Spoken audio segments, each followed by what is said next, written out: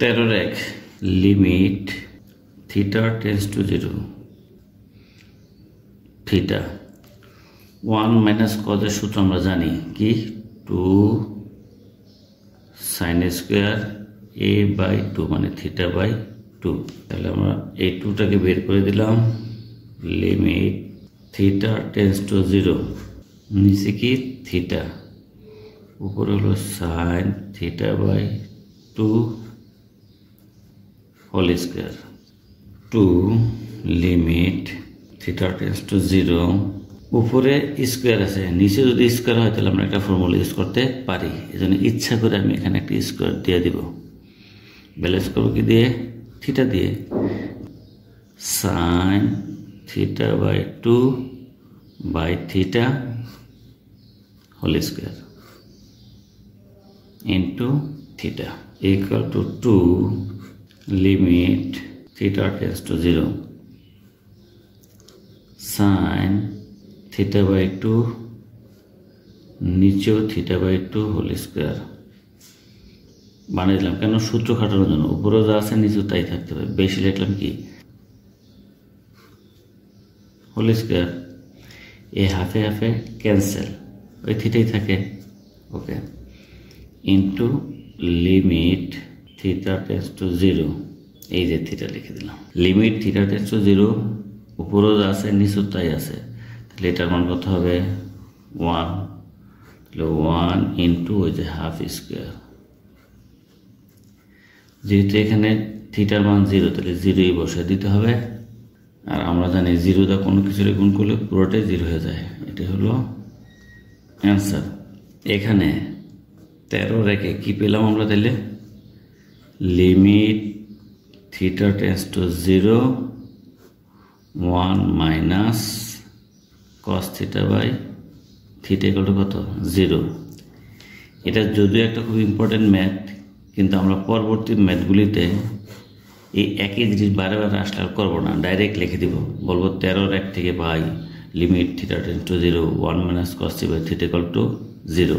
ওকে, 13 2 আর সমাধানটি হবে লিমিট থিটা টেন্ডস টু 0 নিচে যাচ্ছে তাই রেখে দিলাম থিটা স্কোয়ার। কারণ কট 90 ডিগ্রি মাইনাস থিটা মানে কি ফার্স্ট কোয়াড্রেন্টে, আর ফার্স্ট কোয়াড্রেন্টে অল প্লাস, কিন্তু 90 মাইনাস থিটা হলে চেঞ্জ হয়ে যায়, কট হয়ে যাবে কি টেন থিটা। সেম কস 90 মাইনাস থিটা হয়ে যাবে কি sine theta equal to limit theta tends to 0 theta square. যেহেতু আমরা সূত্র খাটানোর জন্য আমরা টেন থিটা কমন নিতে চাই, কিন্তু এটা এখানে তো টেন থিটা নাই, তাহলে আমি কি করতে পারি? আমি টেন থিটা বানাবো কমন নেওয়ার জন্য। তাহলে sine theta by cos theta মানে তো টেন থিটা, কিন্তু এই কস থিটাকে ব্যালেন্স করলাম এখানে দিয়া, কসে কসে কাটা সাইনই থাকে। Equal to limit theta tends to 0 হলো theta square sine by cos মানে কি 10, আর এখানে 10 আছে, তাহলে টেন থিটা কমন যায়, থাকে 1 মাইনাস কস থিটা। তাহলে আমরা কি লিখতে পারি? Limit theta tends to 0 tan theta by theta, এখানে একটা থিটা লিখে দিলাম। এই থিটা থিটা গুণ করলে থিটা স্কোয়ার, আর 1 মাইনাস কস থিটা এখানে লিখে দিলাম into limit theta tends to 0। আমরা জানি limit theta tends to 0 tan theta by theta equal to 1, এটা হচ্ছে আমাদের ফর্মুলা। 1 লিখে দিলাম। আর এইটা দেখো, খেয়াল করো, 13 রেখে সেম একটা জিনিস প্রমাণ করছিলাম কি limit theta tends to 0 1 minus cos theta by theta equal to কত হয়? 0। এটা তোমরা করে নিবে। যেহেতু 13 রেখে একবার করে দেখাইছি আর করলাম না, তো তোমরা অবশ্যই পরীক্ষার হলে বা খাতা এটাকে করে নেবে। এটা করলে কত হবে? এটা করলে হবে 0। তাহলে 1 ইন্টু 0 মানে 0, এটা হলো আমাদের answer. 13 3 limit x tends to 0 x 1 minus কস 2 এদের সূত্র কি 2 sine square x limit x tends to 0 নিচে আছে এক্স উপরে আছে সাইন এক্স স্কোয়ার উপরে যেহেতু স্কোয়ার আছে নিচে একটা স্কোয়ার বানানো দরকার, তাহলে কী করলাম এক্স স্কোয়ার দিয়ে দিলাম, ব্যালেন্স করার জন্য এক্স লিখে দিলাম equal to 2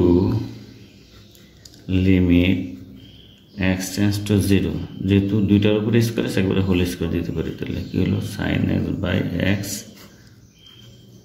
whole square into limit x tends to 0, আর ওই যে এক্স আছে এক্স লিখে দিলাম 2 ইন্টু, এটা তো ফর্মুলা, এর মান কত আমরা জানি 1, এটি স্কোয়ার 1 স্কোয়ার, আর এক্সের মান বসে দিলে 0, আমরা যে 0টা গুণ করে পুরোটাই 0 হয়ে যায়, এটা হলো তার অ্যান্সার।